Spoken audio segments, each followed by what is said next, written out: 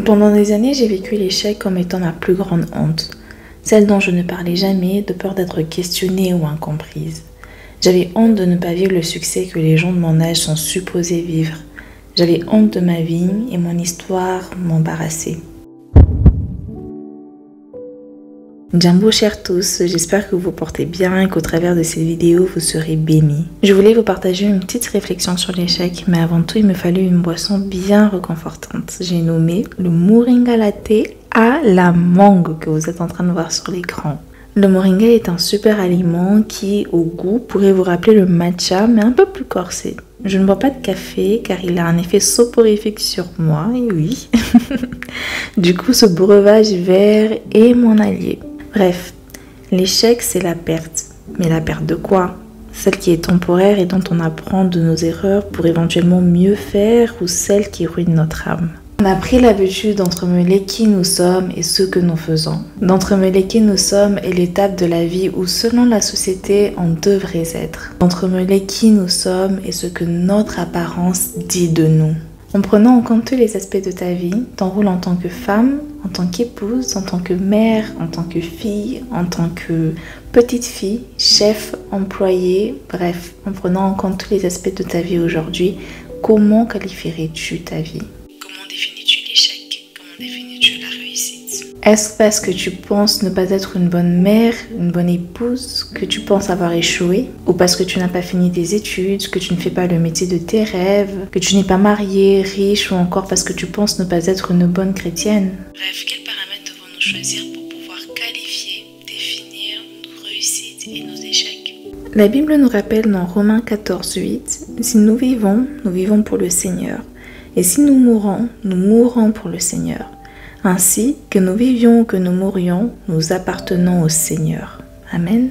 Selon moi, le paramètre de l'échec et de la réussite se trouve là.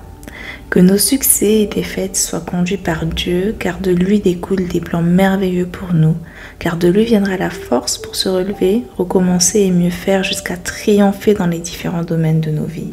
En réalité, Dieu nous enseigne de plusieurs façons, et ce même par nos échecs. Il y a un verset que j'aimerais bien vous partager, il est dans 1 Corinthiens 9:24, je lis pour la gloire de Yahweh. « Ne savez-vous pas que tous ceux qui courent dans le stade courent tous, mais un seul remporte le prix. Courez de manière à le remporter. » Que ce verset soit inscrit dans vos cœurs, mes fils, afin de ne jamais oublier de courir pour remporter la victoire, courir pour remporter la vie éternelle. Comme vous le savez peut-être, j'ai longtemps eu peur du regard des autres, j'ai longtemps eu peur de mon témoignage, de partager mon témoignage, de partager mes réussites, mes échecs, de partager qui je suis, de partager là où j'ai failli et là où il est compliqué pour moi de me relever, où il était compliqué pour moi de me relever, même si je l'ai déjà fait. Et aujourd'hui, je comprends combien est-ce que l'échec est un vecteur pour nous pousser justement encore plus à nous rapprocher de Dieu. C'est bizarre, n'est-ce pas? Grâce à l'échec, on se rend compte de combien est-ce qu'on a besoin de Dieu, pas pour réussir forcément et premièrement, mais parce qu'il est notre pilier dans l'échec, il est notre pilier dans les hauts et dans les bas, il est notre pilier quand ça va et quand ça ne va pas. Du coup, l'échec pour moi est un beau moyen de pouvoir se rapprocher de Dieu, de pouvoir se dire ok, là j'ai tenté par mes propres forces, j'ai pas réussi, du coup j'ai besoin de Dieu. Peut-être que par sa grâce il va faire que tu vas réussir, peut-être qu'il va faire que tu puisses pas réussir parce que c'est pas là où il l'attend, c'est pas là où il a prévu que tu puisses être au travers de cette réussite là. Mais en étant justement dans cette phase d'échec, on ne peut que se tourner vers lui pour dire Seigneur, I tried it by myself and it was bad.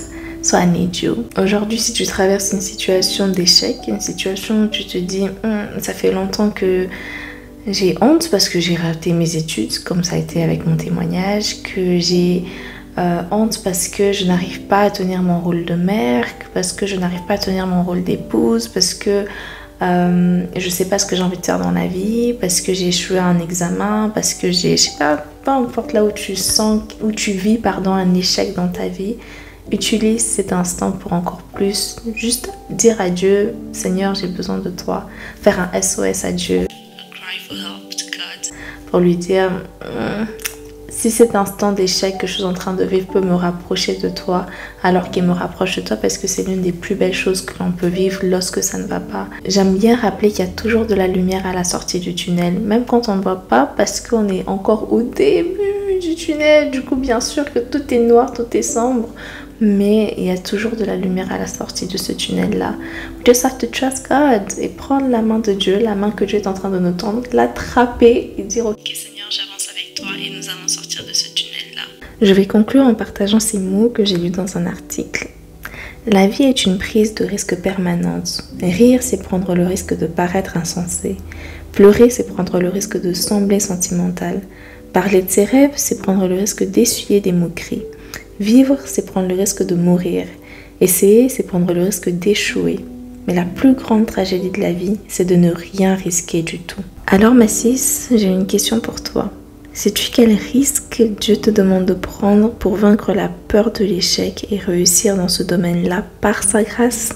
Merci de m'avoir suivi. Je suis reconnaissante pour chaque personne qui regarde les vidéos et j'espère qu'elle continue de vous bénir toujours autant.